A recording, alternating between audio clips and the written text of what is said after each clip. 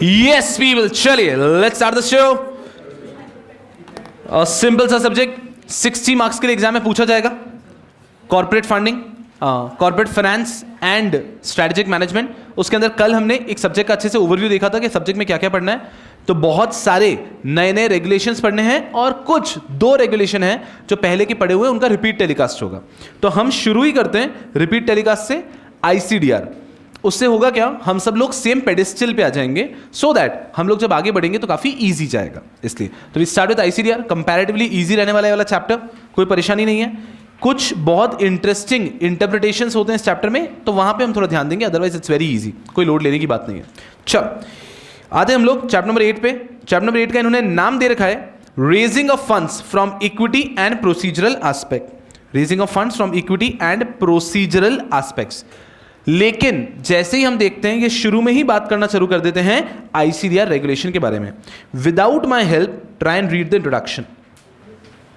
मस्ती से कर लोगे आप.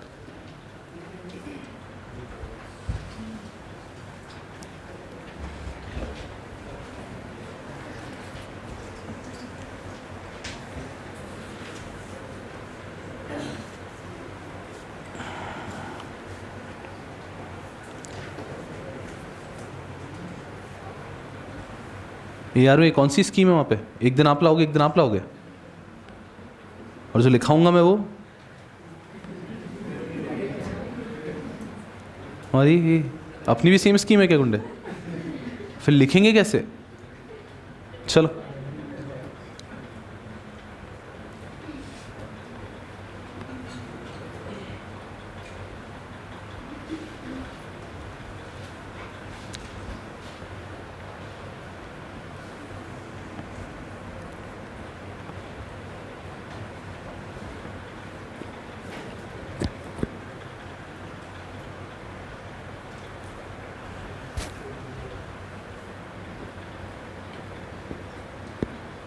नॉर्मल ज्ञान, हाँ कंप्लीट कर लो.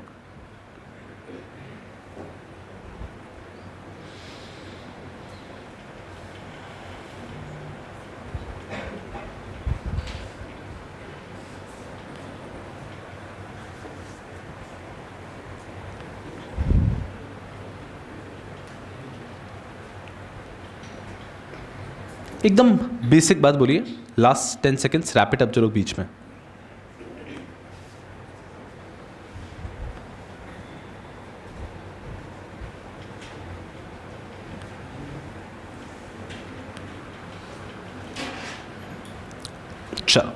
सिंपल है. Companies need to raise money and while raising money equity is one of the most popular source.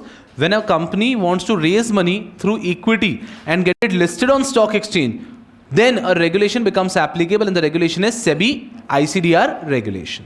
तो उस रेगुलेशन के बारे में इस चैप्टर के अंदर कहा गया है. It's very easy. अगर मैं और आसानी से बताऊं आपको, तो नॉर्मली अगर कभी भी कंपनी को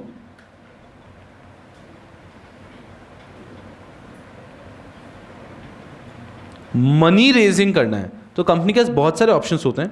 उनमें से अगर मैं डिवाइड करूं बस कुछ ऑप्शंस को, तो ऐसा हो जाता है equity shares is an option, preference shares is an option,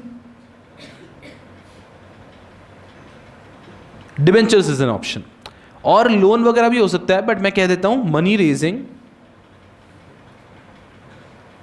from public, कि अगर पब्लिक से पैसा रेज करना है तो यही तो पॉपुलर ऑप्शंस हैं कि आप इक्विटी शेयर्स इशू कर सकते हो, प्रेफरेंस शेयर्स इशू कर सकते हो, डिबेंचर्स इशू कर सकते हो, so that you can collect money from a lot of people. Easy. ना इफ मैं यहीं पे कंपनी की जगह लगा देता हूं लिस्टेड कंपनी. अगर एक लिस्टेड कंपनी को मनी रेजिंग करनी है फ्रॉम पब्लिक, तो ये 3 ऑप्शन है उसके पास भी, इक्विटी, प्रेफरेंस और डिबेंचर्स. बिल्कुल सही है, क्योंकि मैं पब्लिक कह रहा हूं तो पब्लिक कंपनी तो प्रिज्यूम्ड ही है, राइट. और अब यहां पर आता हूं लिस्टेड कंपनी. तो अगर हम इक्विटी शेयर्स इशू कर रहे हैं, then the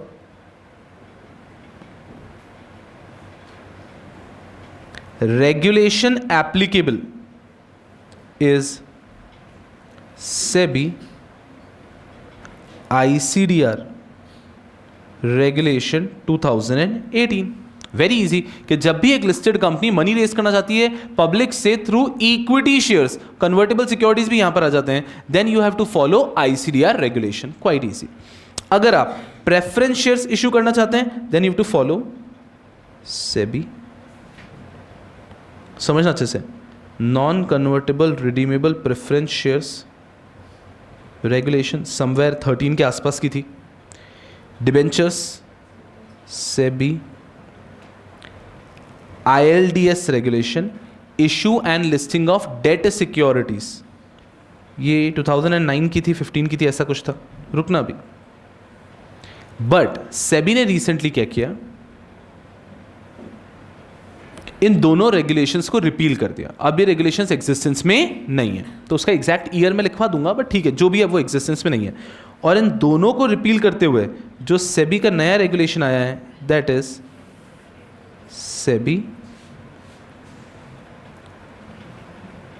non convertible securities regulation 2021।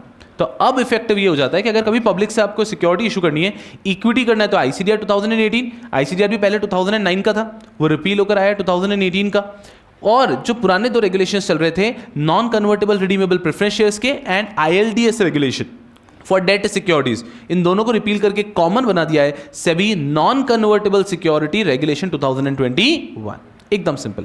हमारे सिलेबस में नॉन कन्वर्टेबल सिक्योरिटीज भी है, हमारे सिलेबस में आईसीडीआर भी है, तो काफी आसान हो जाता है। तभी तो इस टॉपिक को कहते हैं कॉर्पोरेट फाइनेंस। है ये सिक्योरिटीज लॉ, लेकिन कॉर्पोरेट फाइनेंस मतलब आपको मनी रेजिंग के पर्सपेक्टिव से बताने की कोशिश करेंगे। सिंपल, कोई लोड नहीं।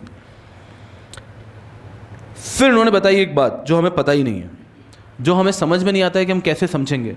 उतना समझ हम में कब आएगा, जब हमको समझ में आएगा कि इश्यूज भिन्न भिन्न प्रकार के होते हैं, IPO, FPO, right issue, preferential issue and qualified institutional placement. बहुत सुंदर। एग्जैक्टली यहाँ से उन्होंने एग्जीक्यूटिव के मॉड्यूल को कॉपी पेस्ट किया ऐसा। तो हम थोड़ा ऑब्वियसली धीरे धीरे अभी शुरुआत में है, तो मैं थोड़ा स्लो चलता हूँ, फिर हम आराम से इसको एक अच्छे स्पीड से कर पाएंगे। हमें पूरा ICDR रिवाइज करके जरूर जाना है बहुत अच्छे से एग्जामिनेशन में। मैं वैसे ये मानूंगा कि आपको एग्जीक्यूटिव का ज़्यादा याद नहीं है, तो डोंट वरी अबाउट इट, हम डिस्कस करेंगे। बट हाँ, यहाँ पे डेली आप घर पे रीड करते रहेंगे तो आपके लिए फटाफट और ईजी हो जाएगा। एक फुद्दू सा टॉपिक, टाइप्स ऑफ इशू। खैर मुझे इनका डायग्राम पसंद ही नहीं है सर, हमें आप पसंद नहीं, हम क्या कर सकते हैं? फिर भी आपको यहाँ आना है और मुझे इनको फॉलो करना है, कोई प्रॉब्लम नहीं है। Types of issue,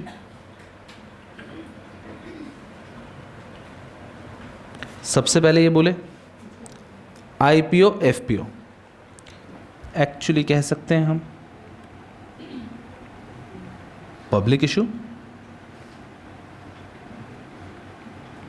public issue के दो टाइप, IPO एंड FPO, सही है। IPO बोले तो, FPO बोले तो एकदम easy. IPO means when a company issues shares for the first time on stock exchange. ये अच्छे समझना है। IPO does not mean when a company issues shares for the first time. No, it means when a company issues shares for the first time on stock exchange. जैसे कि आज boat है, boat ने 2-3 बार shares issue किए होंगे, शायद से किए होंगे, लेकिन जब बोट लिस्ट होगी और उस टाइम पे पहली बार शेयर्स इशू करेगी, उसको हम बोलेंगे IPO। जैसे कि पेटीएम ने कुछ साल पहले IPO किया, जोमैटो ने कुछ साल पहले IPO किया, उसके पहले भी उन्होंने शेयर्स तो इशू किए थे ना। लेकिन IPO कब कहते हैं? जब एक कंपनी स्टॉक एक्सचेंज पे पहली बार शेयर्स को इशू करती है। M I communicating clearly? बस। तो जनरली हम जल्दबाजी में बोल देते हैं IPO means when a company, या फिर मैं कह देता हूं एकदम आराम से, when an issuer issues securities for the first time on a recognized stock exchange. When a particular issuer issues securities for the first time on a recognized stock exchange, that is termed as IPO. Super easy, कुछ है ही नहीं पढ़ने जैसा। What is an FPO? When an issuer issues securities सब्सीक्वेंटली का मतलब हो गया बाद में कभी भी, आईपीओ के बाद में कभी भी अगर सिक्योरिटीज इशू की जा रही है that will be termed as an FPO. When an issuer issues securities subsequently, that is termed as an, obviously on a recognized stock exchange, that is termed as an FPO. अब एक बहुत ही फुद्दू सी चीज़ है, उन्होंने क्या किया, उन्होंने जो एग्जीक्यूटिव के नोट्स बनाए, एग्जीक्यूटिव नोट्स में उन्होंने पता क्या लिख दिया है, आईपीओ, एफपीओ. उसके बाद में उन्होंने एक जगह पे एग्जीक्यूटिव के नोट्स में लिखा है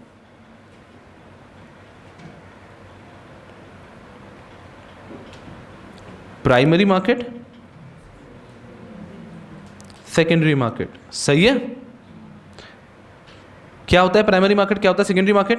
primary market when the securities issued by, when the securities are issued by the issuer. General word use करते हैं हम लोग इशूअर. जैसे कि एलओडीआर में आप कंपनी की जगह हमेशा लिस्टेड एंटिटी यूज करते हैं, वो उनकी टर्मिनोलॉजी है, लिस्टेड एंटिटी, लिस्टेड एंटिटी. वैसे ही आईसीडीआर में हम लोग कंपनी की जगह इशूअर वर्ड यूज करते हैं, तो वो बेटर वर्ड है, ब्रॉड वर्ड है, बेहतर तरीके से सब चीज़ों को कवर करता है. तो कंपनी नहीं बोलेंगे इस पूरे चैप्टर में, हर जगह पे हम बोलेंगे issuer. Securities are issued by the issuer, ये होता है primary market. Secondary market when securities are not issued by the issuer but we are buying it from some other investor, from some buyer. When securities are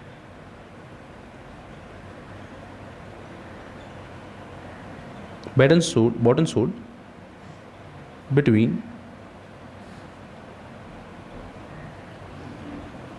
investors buy sell कर रहे हैं. उन्होंने फिर क्या बोला, एग्जाम्पल आईपीओ, एग्जाम्पल एफपीओ बोल दिया, लिख दिया, टाइप करके दे दिया मॉड्यूल में. Are we getting a fair idea? इसमें क्या गलत है? Even FPO is primary market, secondary market is stock exchange trading. Stock exchange में ट्रेडिंग होती है वो है सेकेंडरी मार्केट, बाकी आईपीओ एफपीओ दोनों एग्जांपल होंगे प्राइमरी मार्केट के. चलो ठीक है sir. Types of issue, public issue, IPO and FPO, कोई बड़ी बात है ही नहीं. ठीक है. उसके बाद में इन्होंने बताया राइट इशू. बिल्कुल पसंद ही नहीं ना ये लोग मुझको. बोनस इशू क्यों छोड़ा? उनकी मर्जी.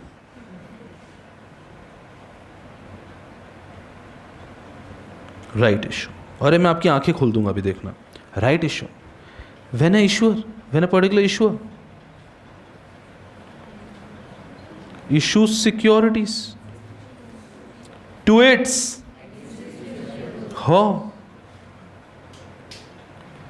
its existing shareholders at a price, या फिर कह सकते हो for a consideration.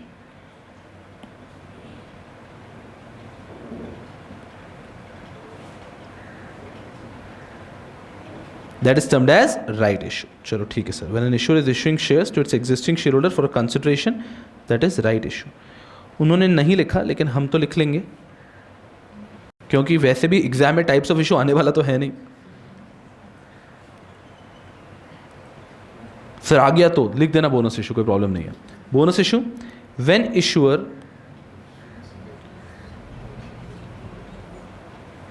issues a security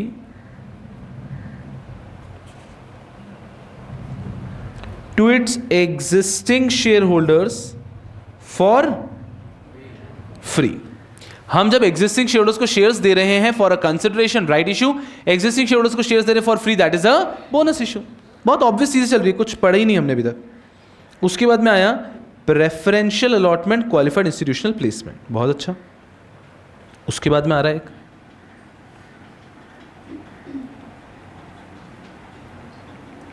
preferential issue. What is a preferential issue? When a listed क्या issuer, इतनी बार बोलना है कि मुंह से issuer निकलने लग जाए. ठीक है. When a listed issuer is issuing security, when a listed issuer is issuing security to whom? Selected investor or group of investor.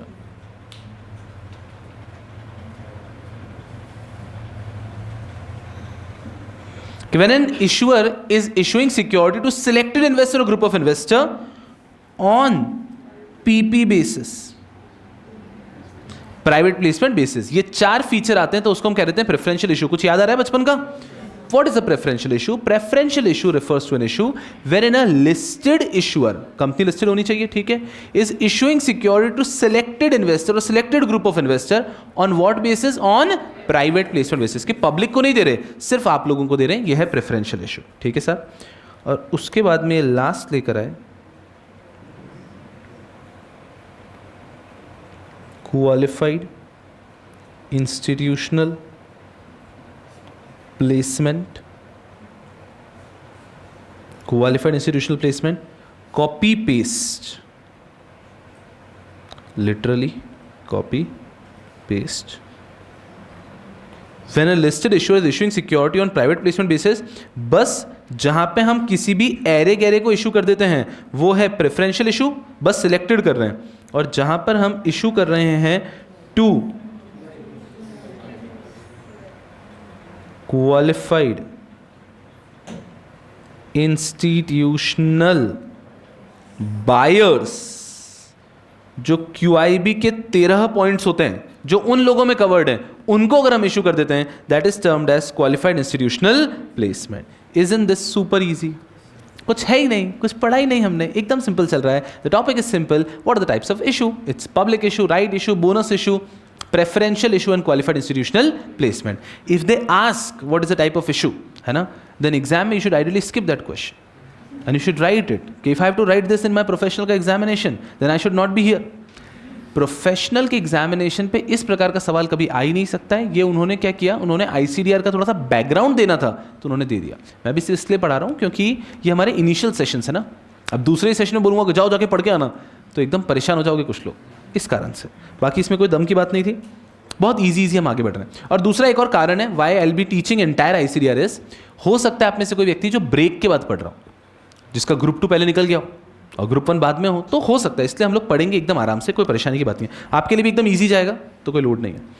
फिर ये आया हमारे लिए eligibility requirement to be complied for an IPO under ICDR। अब ये तो मैं directly नहीं पढ़ा सकता, रेगुलेशन में 5 है, इसके लिए थोड़ा सा बैकग्राउंड डिस्कस करेंगे, फिर आएंगे। इंटरेस्टिंग है, फोकस करना। चलो let's talk about overview of ICDR 2018। ICDR कैसा बना है उसको समझे तो आपको रेगुलेशन नंबर याद करना इजी जाएगा। चल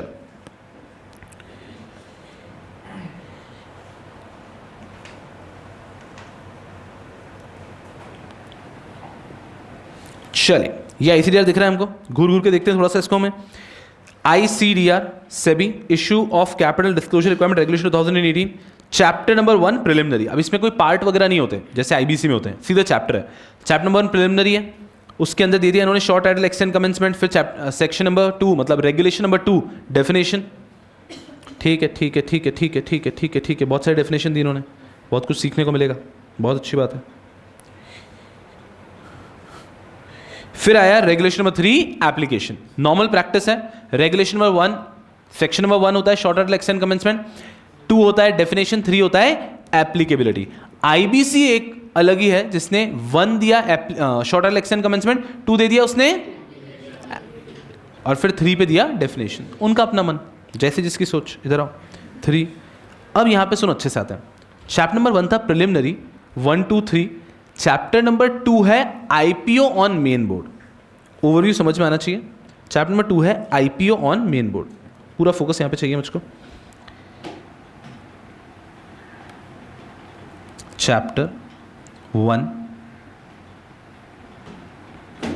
preliminary which runs from regulation number 1 to 3. Chapter number 2 talks about IPO on main board.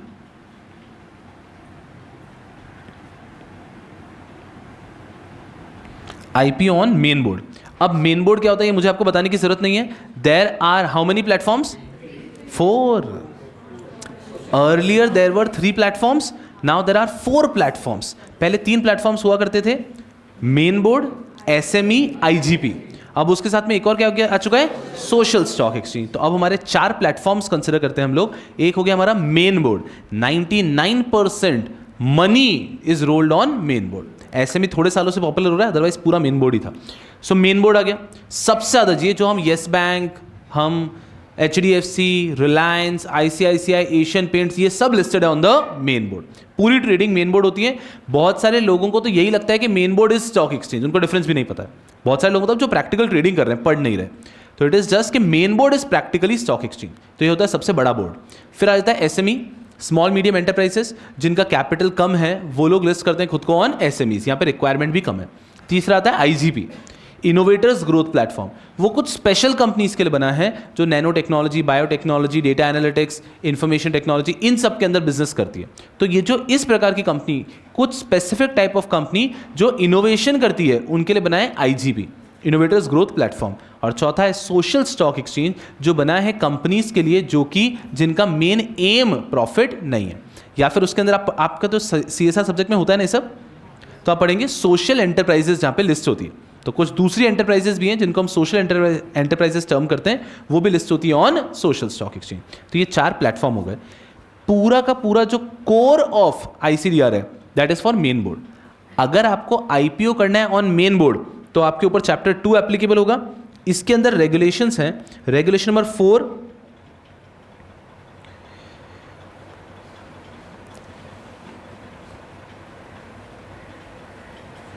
नहीं वही चल रहा है। पार्ट 2 देके घबराना मत, वो कुछ नहीं। ये चैप्टर 2 के अंदर ही पार्ट्स हैं।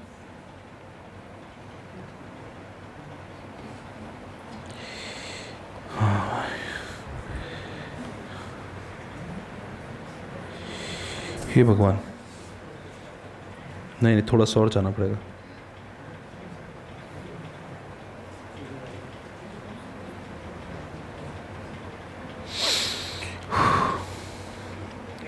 ये चैप्टर 2 खत्म ही नहीं हो रहा है, बस अब खत्म होने वाला है। Yes, chapter 2 runs from regulation number 4 to 59।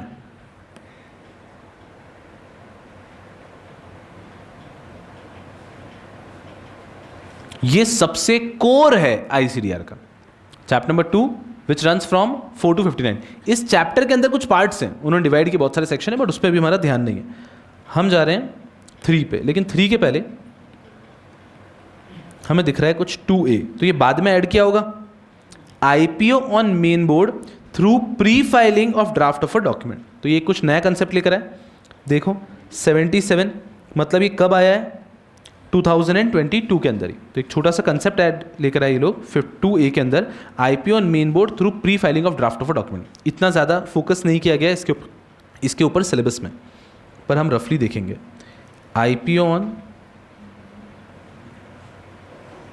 Main board वही है, बस इतना क्या है, थ्रू प्री फाइलिंग।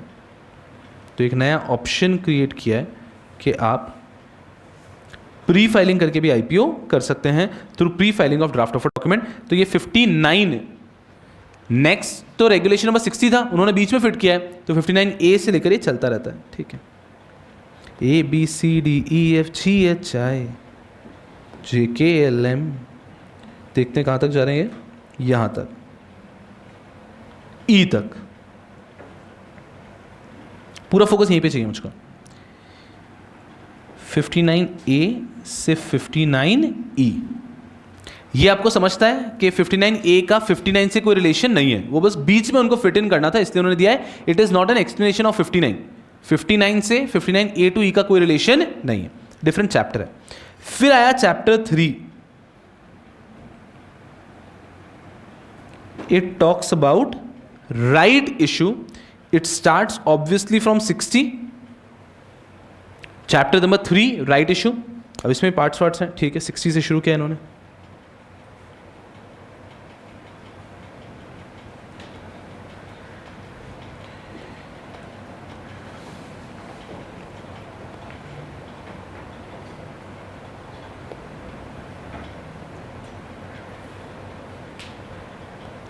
सर जल्दी करो, कल सुबह पनवेल निकलना है।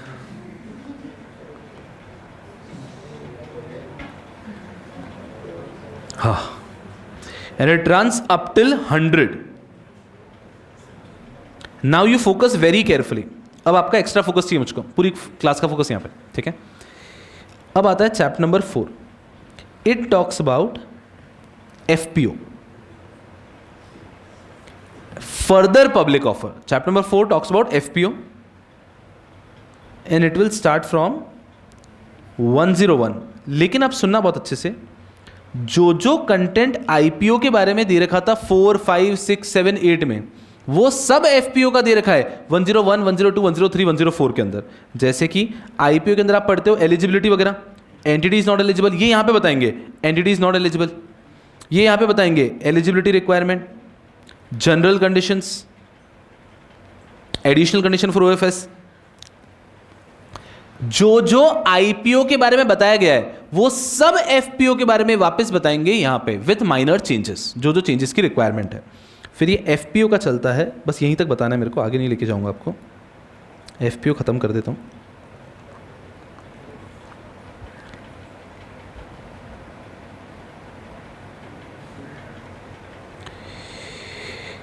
मैं तो थक गया भाई साहब।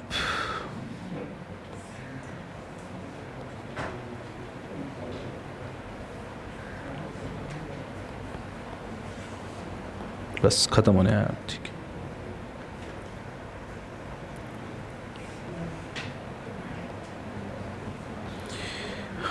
हाँ 157, 101 से लेके 157, ये पूरा का पूरा है IPO FPO।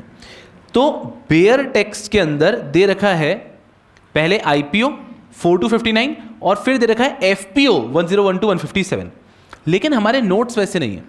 हमारे नोट्स ने कैसे कर रखा है, हमारा नोट्स कोई भी टॉपिक पढ़ाता है तो वो मोरलेस साथ में पढ़ा देगा। देखना, जैसे कि रेगुलेशन नंबर 5, मतलब ये किसका होगा, IPO का होगा, लॉजिकल है। Requirements to be complied for an IPO and it is not eligible, regulation number 5 पढ़ाएंगे। फिर regulation number 6, eligibility requirement for an IPO, general conditions for an IPO, ये रेगुलेशन नंबर 7। अब देखना, एडिशनल कंडीशन फॉर OFS 8 और 105, इसका मतलब है these are for IPO as well as FPO। ये आपको समझ में आ रहा है, क्योंकि यही चीज दोनों जगह दे रखी है। तो उन्होंने 2 बार लिखने के बजाय क्या बोल दिया, additional condition for an offer for sale which is given under regulation number 8 and 105। अब आप इसको देखो, आपको समझ रहा है, 8 में जो दे रखा है वो IPO के लिए होगा और 105 में जो दे रखा है वो FPO के लिए दे रखा होगा। अब ये सिमिलर कंडीशन थी तो उन्होंने एक ही साथ लिख दिया और साथ में लिख दिया है 8 and 105। Am I communicating clearly? Exam में IPO का नाम लेके पूछे, FPO का नाम लेके पूछे, आपको वही लिखना होगा जो कि कॉमन है।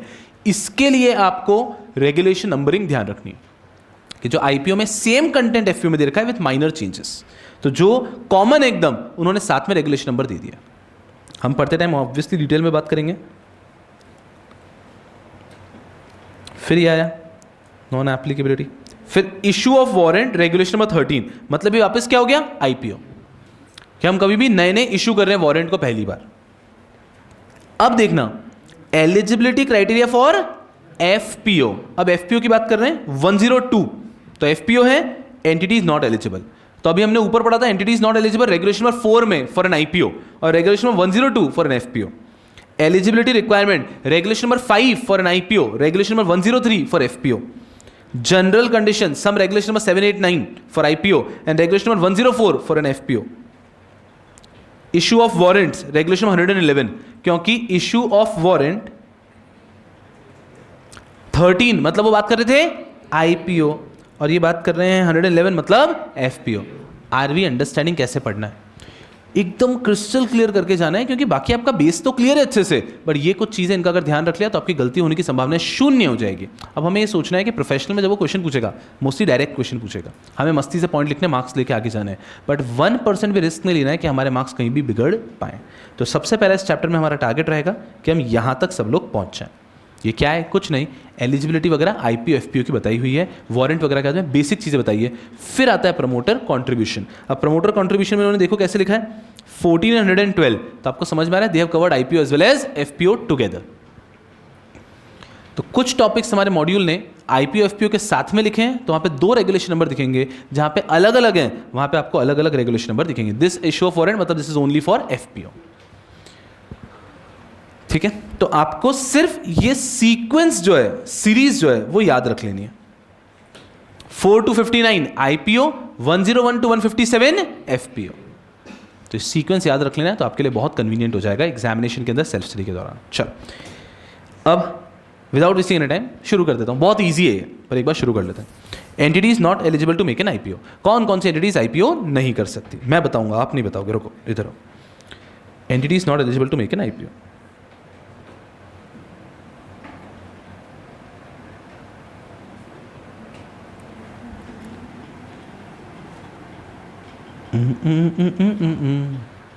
Yes.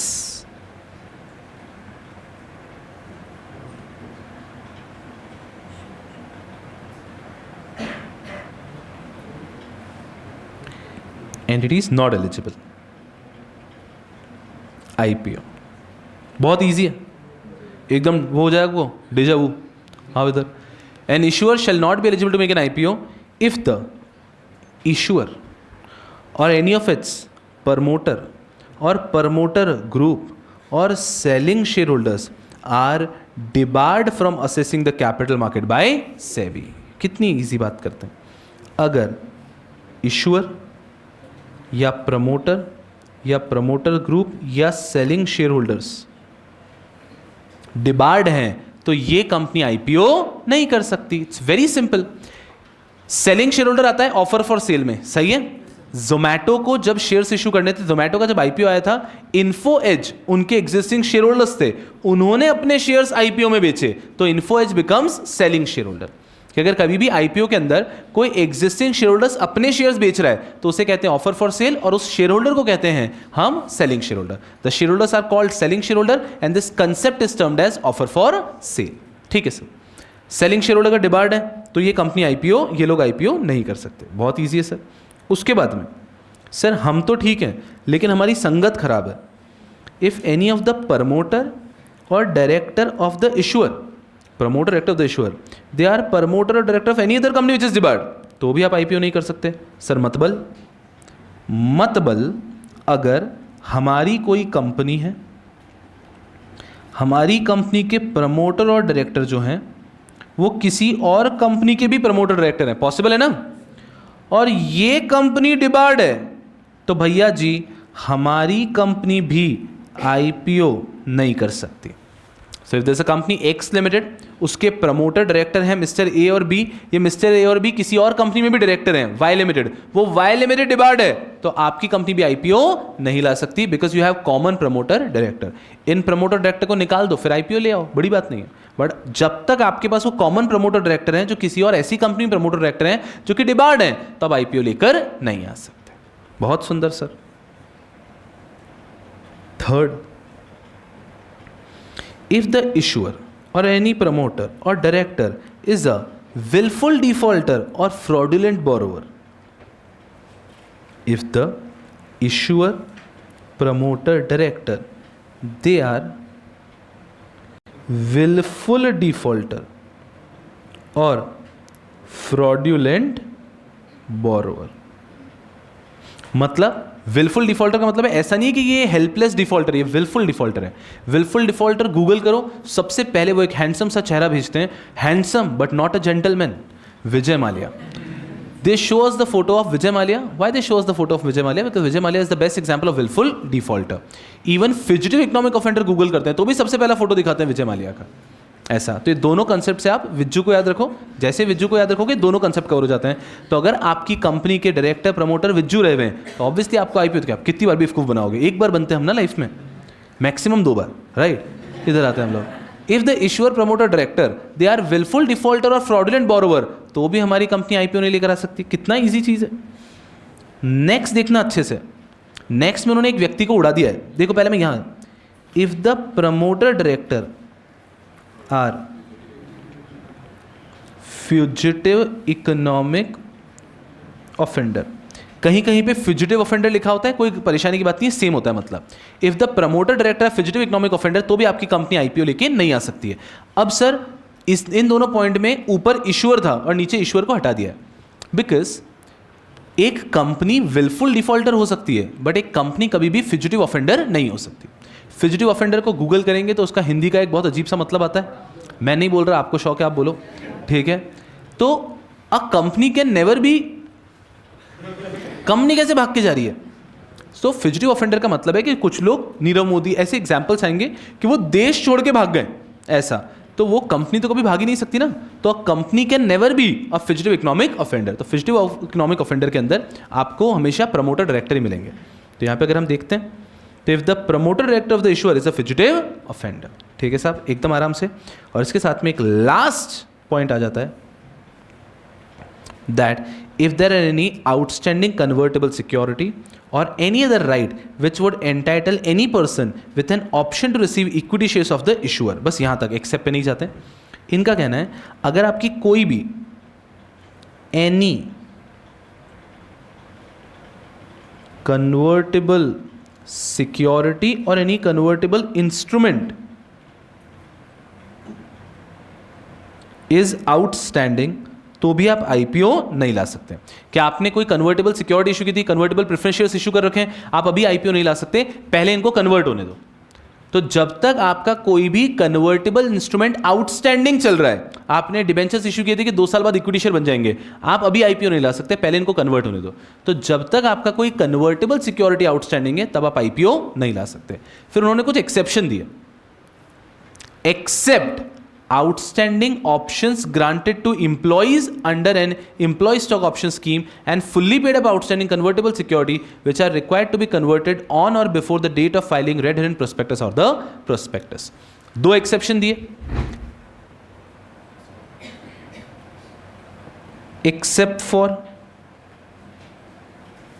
पहला एक्सेप्शन दे दिया ईसॉप, कि आपकी कंपनी के ईसॉप वगैरह पेंडिंग है तो आप आईपीओ ला सकते हो, कोई टेंशन नहीं है। तो ईसॉप्स पेंडिंग है तब आपके आईपीओ आ सकते हैं। आपने अपने एम्प्लॉइज को बोला कि 2 साल तक अगर एम्प्लॉयमेंट में रहे तो आपको 2 साल के एंड में इतने इतने शेयर्स इस प्राइस पे मिलेंगे, ईसॉप्स में अलाउड है।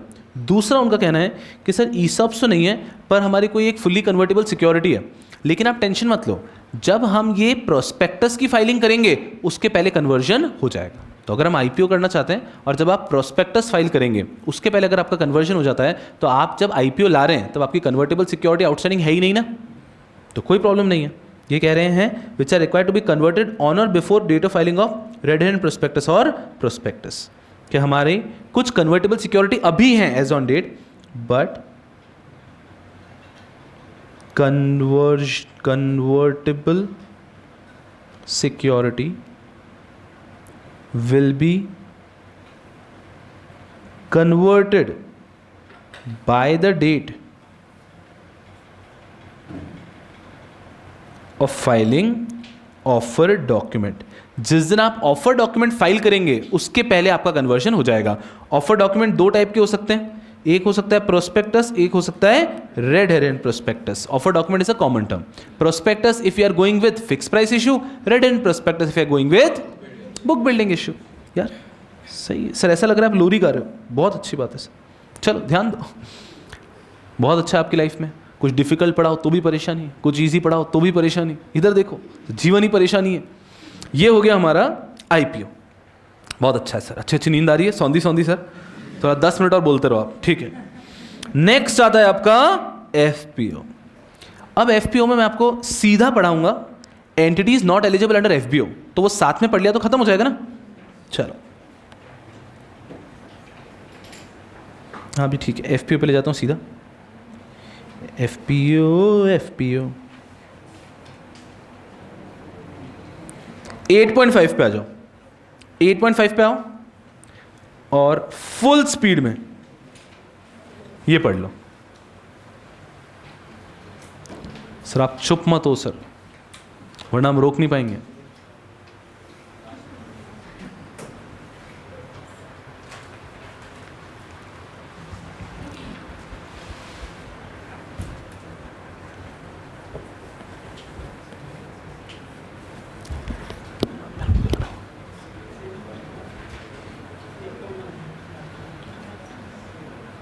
सेम तो है सर, हाँ तभी तो साथ में पढ़ा रहा हूं, ज़्यादा कुछ डिफरेंस नहीं है। आईपीओ एफपीओ इज मोर और लेस द सेम। डिफरेंस कहाँ पे मिलेगा? एक तो लास्ट पॉइंट मिसिंग है कन्वर्टेबल सिक्योरिटी का।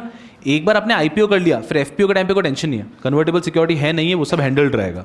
तो सिर्फ आईपीओ के टाइम पे ध्यान रखना है। देखते हैं पॉइंट क्या है। An issuer shall not make an FPO if the issuer promoter group director selling shareholder are debarred, if any of the promoter director of the issuer is promoter director of any other company which is debarred, if the issuer or any promoter director is willful defaulter fraudulent borrower, promoter director is fugitive economic offender। Copy paste, सिर्फ last point नहीं है। बहुत सुंदर, ऐसे ही sir subject होने चाहिए sir, सारे subject ऐसे कर दो सर, बहुत अच्छी बात है।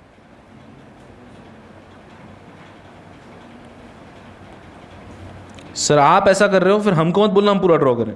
हाँ हाँ ठीक है, देखते हैं। इधर आओ। तो ये हो गया आईपीओ, ये हो गया ऑफपीओ, टॉपिक खत्म। Entity is not eligible under IPO, entity is not eligible under FPO. अब एक बार रेगुलेशन नंबर लिख लेते हैं हम। आईपीओ में it is given under regulation number 4(5). It is given under regulation number 5। तो इट इज गिवन अंडर, देखना मैं कैसे लिख रहा हूं, रेगुलेशन नंबर 5। और एफपीओ में it is given under regulation number 102। हमें इतना तो समझ रहा है ना कि जब हमारा आईपीओ वाला फर्स्ट सेट में होता है, डबल डिजिट होता है, और एफपीओ वाला ट्रिपल डिजिट होता है। बहुत इजी है। रेगुलेशन नंबर 5 एंड 102, ये हो गए 2 टॉपिक खत्म। इस सिलेबस में क्या है, ऐसे 400 क्वेश्चन है और 2 क्वेश्चन हो गए। अरे सर अच्छा लग रहा है, कितना सिर्फ 0.01% सिलेबस हो गया हमारा। ठीक है, बस ऐसा ही है। ये हो गए 2 टॉपिक खत्म, आईपीओ एंड एफपीओ खत्म, मस्ती में। अब इसके नीचे कुछ लाइन लिखी है, देख लेते हैं हम लोग। An issuer shall not be eligible to make an IPO if there are any outstanding convertible security or any other right which would entitle any person with any option to receive equity shares of the issuer। ये इसका explanation है कि अगर कभी भी आपकी कोई convertible security outstanding है तो आप आईपीओ कर नहीं सकते। हमने ऊपर पढ़ा है, उसके 2 एक्सेप्शन भी पढ़ लिए कि exception number 1 is ESOP, exception number 2 is if अभी कन्वर्टेबल सिक्योरिटी है पर हम रेड हेरेंट प्रोस्पेक्टस या प्रोस्पेक्टस फाइल करने के पहले उसको क्या कर देंगे, कन्वर्ट कर लेंगे। तो आईपीओ के टाइम पे कन्वर्टेबल सिक्योरिटी थोड़ी ना होगी, नहीं होगी, बेस्ट है। रुको, नॉन एप्लीकेबिलिटी। अब ये क्या कह रहे हैं, outstanding options granted to employ whether currently an employ और not pursuant to an ESOP in compliance with Companies Act, the relevant guidance note or accounting standard, if any, issued by the Institute of Chartered Accountants of India pursuant to Companies Act in this regard। कि आपका जो outstanding options granted to employ है उसके ऊपर ही नहीं होता, ESOP के ऊपर एप्लीकेबल नहीं होता है। दूसरा, fully paid up outstanding convertible securities is required to be converted on or before the date of filing the red herring prospectus in case of book building issue or prospectus in case of fixed price issue as the case may be। ये क्या है, ये उन्होंने जो ई point है ना, इधर देखो देखो देखो, मैं बताता हूँ। ये उन्होंने यहाँ पे ई पॉइंट पढ़ाया, उनका क्या, अरे तुमको समझा नहीं, तो उन्होंने ई पॉइंट यहाँ से यहाँ तक वापस आपको पढ़ाया, बस सेम कॉपी पेस्ट, कुछ चेंज नहीं है, with a little more details, with a little more clarity. तो कुछ नहीं, ऊपर भी बहुत इजी है, हम प्रोफेशनल में समझ में आता है कि आप कन्वर्टेबल सिक्योरिटी इशू नहीं कर सकते हो, आप आईपीओ नहीं कर सकते अगर आपकी कन्वर्टेबल सिक्योरिटी आउटस्टैंडिंग है। उसके 2 एक्सेप्शन है, एक तो ESOP, एज पर ESOP के रेगुलेशंस अगर आपने कोई आउटस्टैंडिंग है, एंड सेकंड इज कि अगर आपने आपका कोई कन्वर्टेबल सिक्योरिटी है लेकिन प्रोस्पेक्टस फाइल करने के पहले उसकी कन्वर्टेबिलिटी करके आप क्लोज कर दोगे, आईपीओ के टाइम पे कोई भी कन्वर्टेबल सिक्योरिटी आउटस्टैंडिंग नहीं रहेगी। Are we understanding? Yes. Pencil उठाओ, इस पूरे को एक बॉक्स में डालो।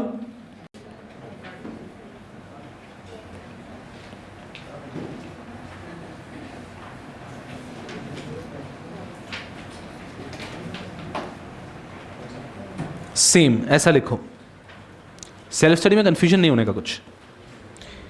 नीचे वाला बॉक्स में डाला और ऊपर से ई पॉइंट से एरो लेकर आए, सेम एक ही बार लिखेंगे, 2 बार नहीं लिखेंगे, सेम सेम सेम। चलो इसके बाद में सो जा रे Are we good here? Yes, we're done. Next मैं पढ़ाऊंगा आपको eligibility requirements for an IPO. IPO के लिए एलिजिबिलिटी रिक्वायरमेंट्स क्या होती है? An issuer shall be eligible to make an IPO only if issuer has a net tangible asset of at least 3 crore. रुक जाओ। Net tangible asset of 3 crore, बस अभी इतना ही। सेकेंड, हाईलाइट मत करना, सिर्फ मैं आपको बताने के लिए कर रहा हूं। Issuer has an average operating profit of at least 15 crore and the issuer has a net worth of at least 1 crore. ठीक है सर, ये 3 कंडीशन होती है that the issuer has to have a net tangible asset of at least 3 crore, issuer has to have an operating profit, average operating profit of at least 15 crore and net worth of at least 1 crore. And last वाला तो याद ही है, if the issuer has change its name at least 50% of the revenue should be from the name suggested by the from the activity suggested by the new name. ठीक है sir, ठीक है sir, easy है, ईजी, बहुत easy है। अब इसको थोड़ा डेप्थ में देखते हैं। Net tangible asset for has to be at least for 3 crore on restated and consolidated basis, मतलब आपके सारे सब्सिडरी का मिला के restated consolidated basis in each of preceding 3 full years of 12 months each, of which not more than 50% is held in monetary assets। याद आ रहा होगा आपको, एक बार वापस बता देते हैं अच्छे से। आपके पिछले 3 साल का आप नेट टेंजिबल एसेट देखेंगे, हर साल का नेट टेंजिबल एसेट होना चाहिए 3 करोड़ 3 करोड़ 3 करोड़ एटलीस्ट। तो एवरेज नहीं चाहिए, ईच ईयर में you want 3 crore, first condition. Second condition कि आपका ये जो है ये आपका उसमें से not more then 50% should be in monetary asset, कि आपके 50% से ज्यादा मॉनिटरी असेट में होना नहीं चाहिए, कि आपका मॉनिटरी एसेट 50% से कम होना चाहिए, उससे ज्यादा नहीं। फॉर एग्जांपल हमारा नेट टेंजिबल एसेट है 3 करोड़ 3 करोड़ 3 करोड़, पर उसमें से 2-2 करोड़ तो कैश ही है, नहीं चलेगा। फिक्स एसेट होने चाहिए, मॉनिटरी एसेट नहीं होने चाहिए। सो कंडीशन बन जाती है कि आपका नेट टेंजिबल एसेट होना चाहिए 3 crore in each preceding 3 years and not more then 50% should be in monetary assets. Sir, what if more than 50% is in monetary assets? Then you have to give a firm commitment that you will utilize these soon. If more than 50% of net tangible asset are in monetary asset, the issuer has utilized or made firm commitment to utilize the extra monetary asset in the business or project. This limit of 50% shall not apply in case of OFS. OFS के case में limit apply नहीं करती है। OFS को हटा दो तो बाकी सब जगह पे लिमिट आती है।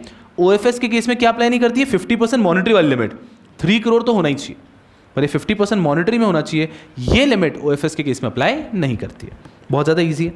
फिर आता है इश्यूअर का एवरेज ऑपरेटिंग प्रॉफिट होना चाहिए 15 CR। एवरेज बोल दिया मतलब ईच नहीं होगा। Calculated on restated and consolidated basis during the 3 preceding years with operating profit in each year. आपके पिछले 3 साल का एवरेज ऑपरेटिंग प्रॉफिट होना चाहिए 15 CR, मतलब 5 है, 15 है, 30 है, एवरेज 15 है, थम्स अप। तो एवरेज ऑपरेटिंग प्रॉफिट कम से कम 15 CR होना चाहिए with profit in each year. किसी भी ईयर में लॉस नहीं चलेगा, हर साल में प्रॉफिट होना जरूरी है। ऑपरेटिंग प्रॉफिट हर साल में और एवरेज उसका 15 करोड़। लास्ट तो इजी है कि आपका नेटवर्थ होना चाहिए 1 CR। चलो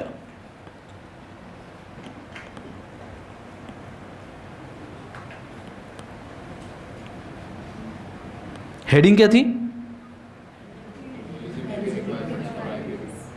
एलिजिबिलिटी रिक्वायरमेंट। एग्जाम में ध्यान रखना है, एलिजिबिलिटी रिक्वायरमेंट में एंटिटीज में एलिजिबिलिटी रिक्वायरमेंट ये सब नहीं करना है, ठीक है। सर एग्जाम में ये आ सकता है, हाँ आ सकता है भाई। चलो ये सब लोग 100% ध्यान देंगे। शुरुआत है ना, अपना नया सब्जेक्ट है तो शुरुआत में I am also going slow, एकदम आराम से चल रहे हैं हम लोग, मस्ती से चल रहे हैं। हमारा सबसे पहला चैप्टर मैंने वही लिया जो नोन है, ताकि एक बार आप और मैं इस पर कंफर्ट लेवल में आ गए तो फिर मैं नॉन कन्वर्टेबल सिक्योरिटी बहुत ईजिली पढ़ा दूंगा। बाकी सब रेगुलेशन का बेस है ICDR, लेकिन अगर आप लोगों ने ICDR पे अपना वो वापस हैंड्स ऑन नहीं लिए तो फिर बाकी सारे रेगुलेशन में प्रॉब्लम आएगी। तो आई अंडरस्टैंड कुछ लोगों के लिए बहुत ईजी जा रहा होगा, बहुत ड्राई है, बट फिर भी ध्यान देंगे, एक बार अच्छे से कर लेंगे, ठीक है ना। चलो एलिजिबिलिटी रिक्वायरमेंट क्या था हमारा? 4 एलिजिबिलिटी है। पहला net tangible asset 3 crore in each 3 preceding years. Full years होनी चाहिए 12 मंथ्स के, वो ठीक है। और यहां पे not more than in monetary assets. चलो उसके बाद में नेक्स्ट क्या है? Average operating profit has to be in preceding 3 years, in 3 preceding year. फिर एक्स्ट्रा कंडीशन क्या है? With operating profit in each year.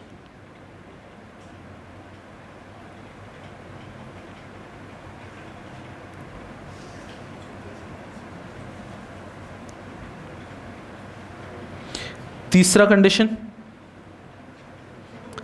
है ना, बोलो बोलो, net worth 1 CR each 3 preceding year. एकदम सिंपल है, कोई बड़ी बात नहीं है।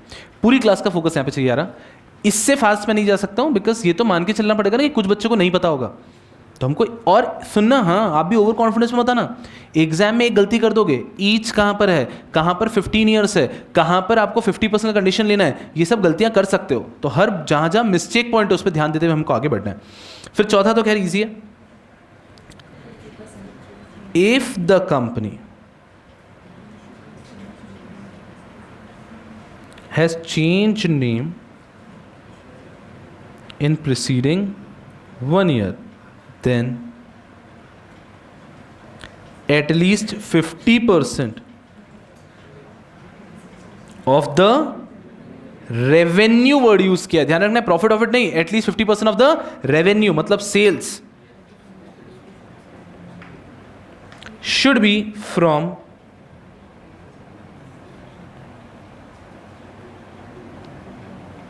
Activity suggested by the new name. चलो, बहुत अच्छी बात है। ये मत पूछना कि सर हमारा नाम अजीब सा कुछ था और हमने अगला नाम भी कुछ अजीब सा रखा है, उससे कुछ एक्टिविटी सजेस्ट नहीं हो रही है, तो क्या करें? तो सेबी देखेगा कि सेबी को क्या करना है। ऐसा मोस्टली इंडिया में आप बिजनेसेस देखोगे, पहले कंपनीज एक्ट की कंपलसरी रिक्वायरमेंट थी कि आपके बिजनेस का नाम आपकी एक्टिविटी सजेस्ट करना चाहिए।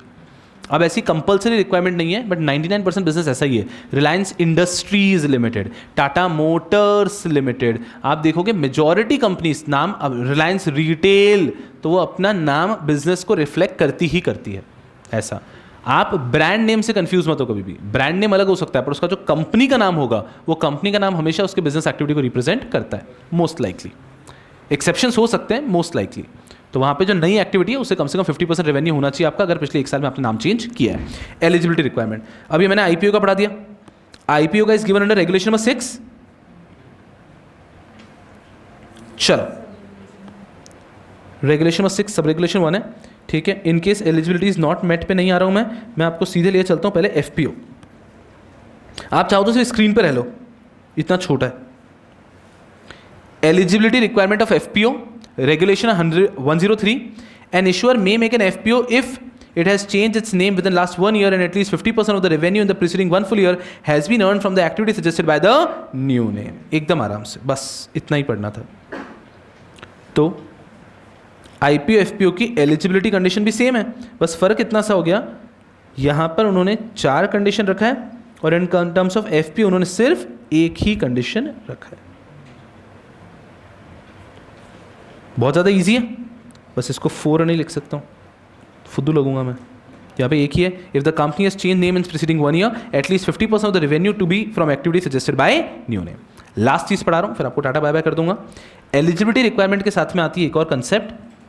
हाँ, यहाँ पे 6 के साथ 103 था, पक्की बात 103। तो ये आपको समझ रहा है, एलिजिबिलिटी रिक्वायरमेंट फॉर आईपीओ होगा 6 में, एफपीओ होगा 103। और लास्ट चीज आज के लिए, ऑल्टरनेटिव एलिजिबिलिटी। अगर कोई कंपनी ये 4 कंडीशन सेटिस्फाई नहीं कर पा रहा है, चारों सेटिस्फाइड होनी चाहिए, अगर कोई कंपनी ये चारों कंडीशन सेटिस्फाई नहीं कर पा रहा है फिर भी आईपीओ करना है तो उसको करने देंगे। ऑल्टरनेटिव एलिजिबिलिटी में 2 कंडीशंस आती है। One is your issue has to be bye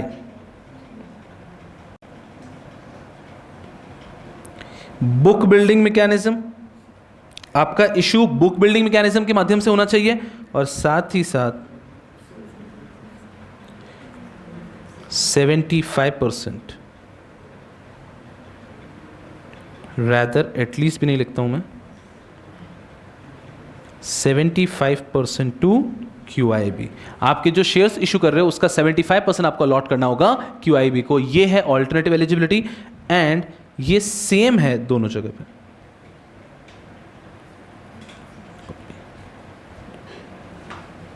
जैसे कि हम लोग यहां पे देखते हैं, in case eligibility condition is not met, अगर आपने ये एलिजिबिलिटी 4 एलिजिबिलिटी मीट नहीं कर पा रहे हैं as per regulation number 6, however in case the issuer does not satisfy the eligibility conditions stipulated above and included in 6(1) of ICTR regulation, it may still make an IPO। अरे जैसे कि Zomato IPO लेकर आया, प्रॉफिट में थोड़ी ना था, average operating profit 15 crore नहीं था, फिर भी अलाउ कर दिया बुक बिल्डिंग से आओ, तो कोई भी कंपनी जो प्रॉफिट का रिक्वायरमेंट, नेटवर्थ का रिक्वायरमेंट या टेंजिबल एसेट का रिक्वायरमेंट कंप्लाई नहीं कर रही है, वो भी आईपीओ ला सकती है ये 2 कंडीशन कंप्लाई करके। क्या है? But only through the book building process, book building के माध्यम से होगा। And further undertake to allot at least 75% net offer to public to QIB, कि जो भी आपका नेट ऑफर टू पब्लिक का कैटेगरी है, कि जितना आप शेयर इशू कर रहे हो पब्लिक को, उसका 75% has to be allotted to QIB and to refund full subscription money if it fails to do so. और अगर ये हम कंप्लाई नहीं कर पाए कि हम 75% QIB को नहीं दे पाए, तो आप पूरा का पूरा सब्सक्रिप्शन का पैसा रिफंड कर देंगे। कहने का मतलब ये है, अगर आप ये 4 कंडीशन कंप्लाई कर लेते हैं तो आप बहुत मस्ती से जाओ IPO करो, और ये 4 कंडीशन अगर आप कंप्लाई नहीं कर सकते हैं तो ये 2 कंडीशन कंप्लाई करके ही आप IPO कर सकते हैं, ईदर और। तभी तो नाम क्या लिखा है? Alternative eligibility. दूसरा कहता है आपका इशू होगा by book building mechanism and at least 75% has to be allotted to QIBs को 75% अलॉट करना पड़ेगा। सर नहीं कर पाए तो पूरा पैसा रिफंड। काफी आसान है। In case of IPO under 6(2), मतलब alternative eligibility, 6(2) is alternative eligibility. If QIB does not subscribe to allocated 75% net offer to public, the issuer will fail and the issuer company will have to refund full subscription money. Even through an overall basis, the issue may have been oversubscribed. Therefore, in these cases, 75% subscription from QIB is must, irrespective of subscription by retail investor and non-retail investor. कि भैया आपका भले ही over subscription हुआ हो, लेकिन अगर QIB ने 75% नहीं लिया तो आपका पूरा इशू हो जाएगा फेल, अगर आप ऑल्टरनेटिव एलिजिबिलिटी से आ रहे हैं तो। बहुत ऑब्वियस। और वहीं पे अगर मैं FPO में भी दिखाऊं तो सेम लाइन आपको दिख जाएगी। If an issuer does not satisfy the above mention condition, FPO में तो एक ही कंडीशन है ना, एटलीस्ट 50% वाली। अगर नाम चेंज किया है, आप उसको भी कंप्लाई नहीं कर पा रहे, आपने नाम भी चेंज किया और 50% कंडीशन कंप्लाइड भी नहीं है, then you can make an FPO only if the issue is made through book building process and issuer undertake to allot at least 75% to QIB। और अगर नहीं कर पाए तो पूरा का पूरा पैसा करेंगे refund. Are we understanding? So this is what we have studied today. I think it's very easy. It is nothing but this is warm up. Warm up चल रहा है, अच्छे से करेंगे। बस ध्यान रखना है, जो लोग वार्म अप नहीं करेंगे फिर आप सोच रहे हो आप सीधा मेन मैच में छक्का मार दोगे, नहीं हो पाएगा। तो just be a little more careful. And मैं आपको क्या अश्योर कर रहा है, यहाँ पे आपको 60 में से आउटस्टैंडिंग मार्क्स मिलेंगे, but you have to be careful. Follow my approach. I understand ICDR आपको शुरुआत में थोड़ा सा ईजी लगने लग जाएगा, लेकिन ये अच्छे से हुआ तब आपको डिफिकल्ट रेगुलेशन समझेगी। AIF पढ़ा दूंगा ना तो रोने लग जाओगे कल से। तो इट इज़ जस्ट कि हमको पहले इसका कंफर्ट लेवल लेना है कि हाँ सेबी के रेगुलेशन याद आ रहे हैं, प्रोसीजर समझ रहे हैं पूरा, फिर हम हैवी वाले लेके निपटा देंगे। ठीक है यार? चलो खेलो कूद ऐश करो, that will be all for this session. आज आपको ये लिखना भी नहीं है क्योंकि इसको मैं और आगे लेके जाऊंगा, इसमें मैं जनरल कंडीशन भी ऐड कराऊंगा, फिर साथ में लिखेंगे। तो आज के लिए आपको क्या करना है, सिर्फ मात्र केवल ये 3 चीजें लिखनी है। फोटो लो फटाफट से। सबसे पहले ये आप लिख लेंगे फर्स्ट पेज के लेफ्ट हैंड साइड पे 8.1। और यार 8.1 तो मुझे खाली चाहिए, नहीं हाँ 8.2 नहीं 8.2 भी मुझे खाली चाहिए। ठीक है, नहीं ठीक है ना। 8.2 पे ये पूरा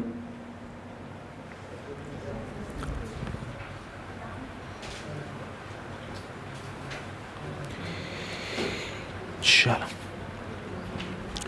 गुड 8.2 पे ही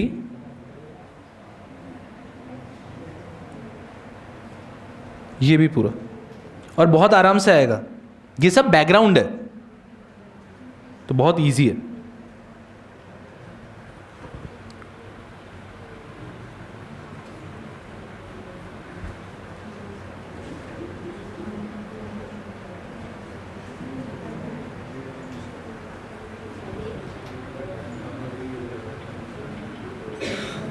यस यार, बोनस इशू आ गया था फर्स्ट फोटो के अंदर, हाँ आ गया होगा। चलो फिर ये लिखना है, ये भी 8.2 के ऊपर।